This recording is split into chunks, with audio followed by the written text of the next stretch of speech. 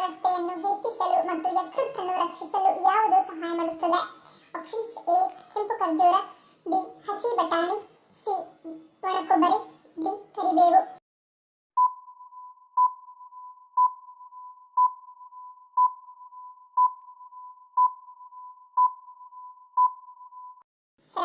Option A ಕೆಂಪು ಖರ್ಜೂರ.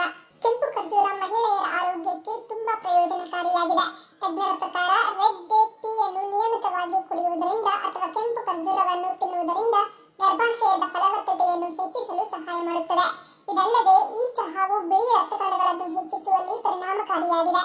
ಇದು ಪ್ರತಿರಕ್ಷಣಾ ವ್ಯವಸ್ಥೆಯನ್ನು ಹೆಚ್ಚಿಸಲು ಮತ್ತು ಯಕೃತ್ತನ್ನು ರಕ್ಷಿಸಲು ಸಹಾಯ ಮಾಡುತ್ತದೆ. ಔಷಧೀಯ ಗುಣಗಳಿಂದ ಸಮೃದ್ಧವಾಗಿರುವ ಕೆಂಪು ಖರ್ಜೂರವು ಉತ್ಕರ್ಷಣ ನಿರೋಧಕಗಳಲ್ಲಿ ಸಮೃದ್ಧವಾಗಿದೆ. ಈ ಉತ್ಕರ್ಷಣ ನಿರೋಧಕವು ರೋಗನಿರೋಧಕ ಶಕ್ತಿಯನ್ನು ಹೆಚ್ಚಿಸಲು ಸಹಾಯ ಮಾಡುತ್ತದೆ. ದೇಹದಲ್ಲಿನ ರಕ್ತದ ಕೊರತೆಯನ್ನು ನೀಗಿಸುತ್ತದೆ.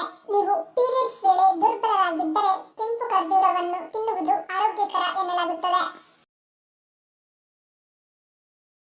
ಮುಟ್ಟಿನ ಸಮಯದಲ್ಲಿ ಕೆಲವು ಮಹಿಳೆಯರಿಗೆ ಮಾತ್ರ ಹೊಟ್ಟೆ ನೋವು ಬರಲು ಕಾರಣವೇನು? ಆಪ್ಷನ್ಸ್ ಎ ವಿಭಿನ್ನ ಪ್ರತಿಕ್ರಿಯೆ, ಬಿ ಅಸಮತೋಲನ, ಸಿ ದೈಹಿಕ ಶಕ್ತಿ, ಡಿ ರಕ್ತಹೀನತೆ.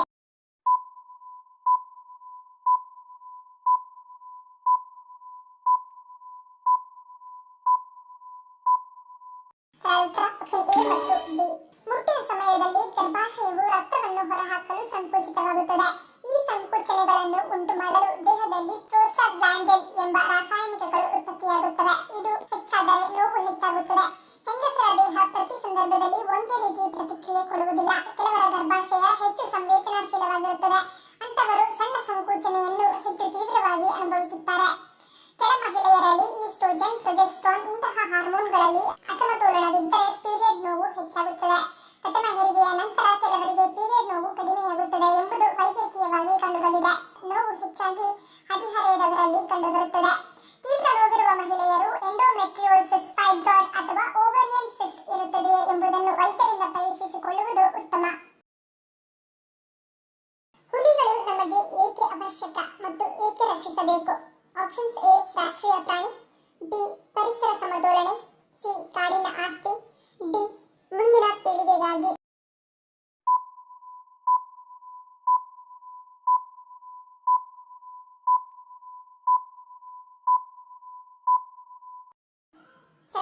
ಆಪ್ಷನ್ ಬಿ ಪರಿಸರ ಸಮತೋಲನ. ಹುಲಿಗಳು ಪರಿಸರ ವ್ಯವಸ್ಥೆಯ ಆರೋಗ್ಯವನ್ನು ಕಾಪಾಡಿಕೊಳ್ಳಲು ಸಹಾಯ ಮಾಡುತ್ತವೆ. ಅವುಗಳು ಆಹಾರ ಸರಪಳಿಯ ಮೇಲ್ಭಾಗದಲ್ಲಿರುವುದರಿಂದ ಅವುಗಳ ಬೇಟೆಯಾಡುವಿಕೆಯು ಇತರ ಪ್ರಾಣಿಗಳ ಸಂಖ್ಯೆಯನ್ನು ನಿಯಂತ್ರಣದಲ್ಲಿಡುತ್ತದೆ. ಹುಲಿಗಳು ಸಸ್ಯಾಹಾರಿ ಪ್ರಾಣಿಗಳ ಸಂಖ್ಯೆಯನ್ನು ನಿಯಂತ್ರಣದಲ್ಲಿಡುವುದರಿಂದ ಸಸ್ಯವರ್ಗವು ಅತಿಯಾಗಿ ತಿನ್ನುವುದನ್ನು ತಡೆಯುತ್ತದೆ. ಇದು ಕಾಡಿನ ಆರೋಗ್ಯಕರ ಸ್ಥಿತಿಯನ್ನು ಕಾಪಾಡಿಕೊಳ್ಳಲು ಸಹಾಯ ಮಾಡುತ್ತದೆ. ಹುಲಿಗಳನ್ನು ಸಂರಕ್ಷಿಸುವುದು ಎಂದರೆ ಇತರ ಅನೇಕ ಪ್ರಾಣಿಗಳನ್ನು ಮತ್ತು ಸಸ್ಯಗಳನ್ನು ಸಂರಕ್ಷಿಸುವುದು ಎಂದರ್ಥ.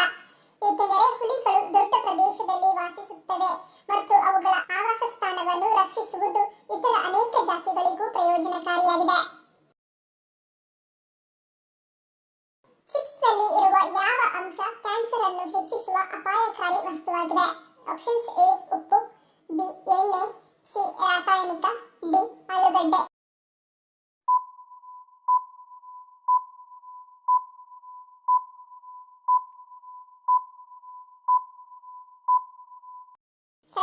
ಆಪ್ಷನ್ ಸಿ ರಾಸಾಯನಿಕ.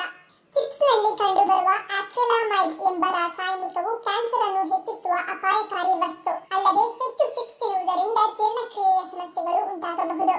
ಚಿಪ್ಸ್ನಲ್ಲಿ ಕೊಬ್ಬು ಅಧಿಕವಾಗಿದೆ. ಇದು ದೇಹವು ಅವುಗಳನ್ನು ಜೀರ್ಣಿಸಿಕೊಳ್ಳಲು ಬಹಳ ಸಮಯ ತೆಗೆದುಕೊಳ್ಳುತ್ತದೆ.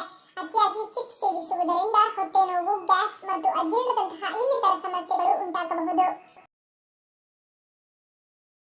ಎದೆಹಾಲು ವಂಚಿತ ಮಕ್ಕಳಿಗಾಗಿ ಎದೆಹಾಲು ಬ್ಯಾಂಕ್ ಅನ್ನು ಬೆಂಗಳೂರಿನ ಯಾವ ಆಸ್ಪತ್ರೆಯಲ್ಲಿ ನಿರ್ಮಿಸಲಾಗಿದೆ? Options A Vani Vilas, B Victoria, C Ghosha, D ಫಿಲೋಮೆನಾಸ್.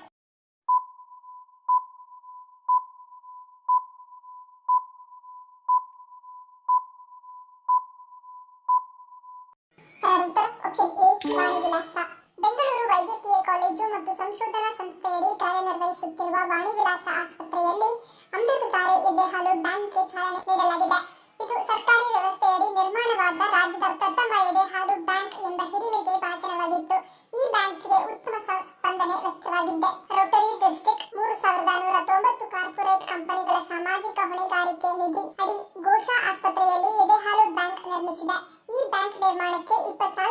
ವೆಚ್ಚ ಮಾಡಲಾಗಿದ್ದು, ಇದರ ನಿರ್ವಹಣೆಗಾಗಿ ಆಸ್ಪತ್ರೆ ಸಿಬ್ಬಂದಿಗೆ ವಾಣಿ ವಿಲಾಸ ಆಸ್ಪತ್ರೆಯಲ್ಲಿ ತರಬೇತಿ ನೀಡಲಾಗಿದೆ.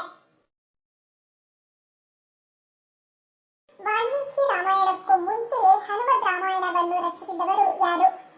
Options A Hanumantha, B Valmiki, C Ganapati, D Kishkindha.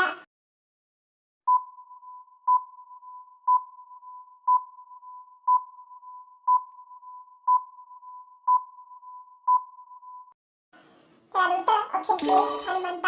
ವಾಲ್ಮೀಕಿಯ ರಾಮಾಯಣಕ್ಕಿಂತ ಮುಂಚೆಯೇ ಹನುಮದ್ ರಾಮಾಯಣವನ್ನು ರಚಿಸಿದ್ದು ಭಗವಾನ್ ರಾಮನ ಕಟ್ಟ ಭಕ್ತ ಹನುಮಂತನೇ ಎನ್ನುವ ಉಲ್ಲೇಖವಿದೆ. ಶ್ರೀರಾಮನು ರಾವಣನನ್ನು ಸೋಲಿಸಿ ಅಯೋಧ್ಯೆಗೆ ಹಿಂದಿರುಗಿ ಅವನ ರಾಜ್ಯವನ್ನು ವಹಿಸಿಕೊಂಡಿದ್ದು ಅಂದಿನ ವಿಷಯ. ಆ ಸಮಯದಲ್ಲಿ ಹನುಮಂತನು ಹಿಮಾಲಯಕ್ಕೆ ಹೋಗಿ ಶಿವನನ್ನು ಒಲಿಸಿಕೊಳ್ಳಲು ತಪಸ್ಸನ್ನು ಮಾಡುತ್ತಾನೆ. ಈ ಸಮಯದಲ್ಲಿ ಹನುಮಂತನು ಬಂಡೆಯ ಮೇಲೆ ತನ್ನ ಉಗುರುಗಳಿಂದ ರಾಮಾಯಣವನ್ನು ಬರೆದನು ಎಂದು ಹೇಳಲಾಗುತ್ತದೆ. ಯಾವುದರಿಂದ ಮನೆ ಒರೆಸುವುದರಿಂದ ಹಣಕಾಸಿನ ಸಮಸ್ಯೆ ಹೆಚ್ಚಾಗುತ್ತದೆ? Options A mop, B towel, C ಹಳೆ ಬಟ್ಟೆ, ಡಿ ಮೇಣ ಎಲ್ಲವೂ.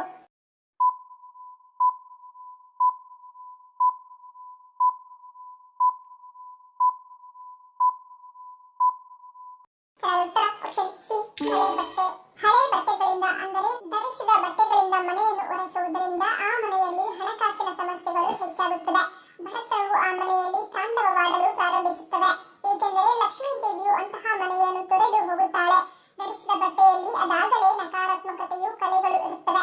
ಕೆಲವೊಮ್ಮೆ ಅದು ಹರಿದಿರುತ್ತದೆ. ಅಂತಹ ಬಟ್ಟೆಯಿಂದ ಮನೆಯನ್ನು ಒರೆಸುವುದರಿಂದ ಮನೆಯಲ್ಲಿ ಅಶುದ್ಧತೆಯು ಮತ್ತಷ್ಟು ಹೆಚ್ಚಾಗುತ್ತದೆಯೇ ಹೊರತು ಕಡಿಮೆಯಾಗುವುದಿಲ್ಲ.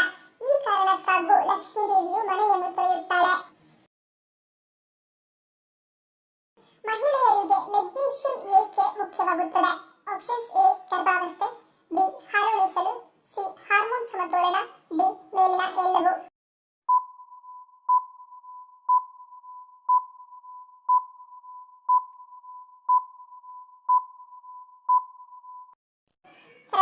ಆಪ್ಷನ್ ಡಿ ಮೇಲಿನ ಎಲ್ಲವೂ. ಮೆಗ್ನೀಷಿಯಂ ಮಹಿಳೆಯರಿಗೆ ಪ್ರಮುಖ ಖನಿಜವಾಗಿದೆ. ಏಕೆಂದರೆ 50% ಹೆಚ್ಚು ಮೆಗ್ನೀಷಿಯಂ ಮೂಳೆಗಳಲ್ಲಿ ಕೇಂದ್ರೀಕೃತವಾಗಿರುತ್ತದೆ ಹಾಗೂ ಈ ಖನಿಜದ ಕೊರತೆಯು ಮೂಳೆಗಳ ಮೇಲೆ ಮೊದಲ ಪರಿಣಾಮ ಬೀರುತ್ತದೆ. ಬಹುಶಃ ಇದರಿಂದಾಗಿ ಗರ್ಭಾವಸ್ಥೆಯಲ್ಲಿ ಮತ್ತು ಹಾರುಣಿಸುವ ಸಮಯದಲ್ಲಿ ಮಹಿಳೆಯರಿಗೆ ಮೆಗ್ನೀಷಿಯಂ ಅಗತ್ಯವಿರುತ್ತದೆ. ಪೋಷಕಾಂಶವಾಗಿ ಮೆಗ್ನೀಷಿಯಂ ಮಹಿಳೆಯರ ಆರೋಗ್ಯದ ಪ್ರತಿಯೊಂದು ಅಂಶದ ಮೇಲೆ ಪರಿಣಾಮ ಬೀರುತ್ತದೆ. ಒಳ್ಳೆ ಕೆಲಸಕ್ಕೆ ಹೊರಡುವ ಮುಂಚೆ ಮೊಸರು ಸಕ್ಕರೆ ತಿನ್ನಿ ಎಂದು ಏಕೆ ಹೇಳುತ್ತಾರೆ? ಆಪ್ಷನ್ಸ್ ಎ ಶುಭ ಸಂಕೇತ, ಬಿ ಕಾರ್ಯಸಿದ್ಧಿ, ಸಿ ಆರೋಗ್ಯಕರ, ಡಿ ಒತ್ತಡ ನಿಯಂತ್ರಣ.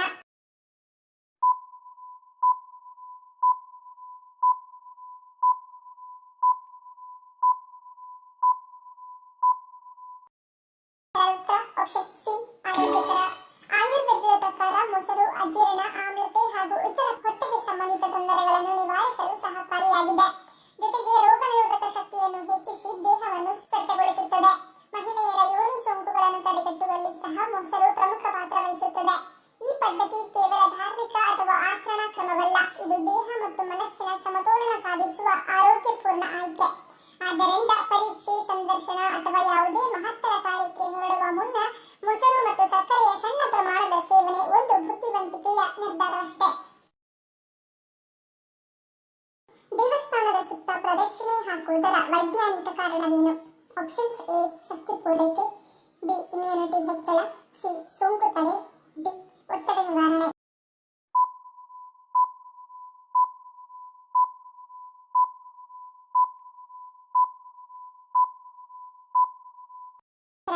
ಆಪ್ಷನ್ ಎ ಶಕ್ತಿ ಪೂರೈಕೆ. ಪ್ರತಿಯೊಂದು ದೇವಾಲಯದ ಗರ್ಭಗುಡಿಯಲ್ಲಿರುವ ಮೂರ್ತಿಗೆ ಪ್ರಾಣ ಪ್ರತಿಷ್ಠಾಪನೆ ಮಾಡಲಾಗಿರುತ್ತದೆ. ಅಲ್ಲಿ ಶಕ್ತಿ ಹೆಚ್ಚಾಗಿರುತ್ತದೆ. ಪ್ರದಕ್ಷಿಣೆ ಮಾಡುವಾಗ ನಾವು ಆ ಶಕ್ತಿ ಕೇಂದ್ರದ ಸುತ್ತ ಸುತ್ತುವುದರಿಂದ ನಮ್ಮ ದೇಹ ಶಕ್ತಿಯನ್ನು ಹೀರಿಕೊಳ್ಳುತ್ತದೆ. ನಿಧಾನವಾಗಿ ತಲೆಬಾಗಿ ಪ್ರತಿ ಹೆಜ್ಜೆಗೆ ನಮಸ್ಕಾರ ಮಾಡುವಂತೆ ನಡೆಯುವುದರಿಂದ ಮನಸ್ಸು ತಕ್ಷಣದ ಶಾಂತಿಯನ್ನು ಹೊಂದುತ್ತದೆ. ದೇವಾಲಯದ ಶಿಲ್ಪಕಲೆ, ಧ್ವನಿ ತರಂಗಗಳು, ಗರ್ಭಗುಡಿಯಲ್ಲಿ ಇರುವ ಶಕ್ತಿ ಸುತ್ತುವ ಹಾದಿಯು ಶರೀರದ ನಾಡಿಗಳಿಗೆ ಶಕ್ತಿಯನ್ನು ಪೂರೈಸುತ್ತದೆ.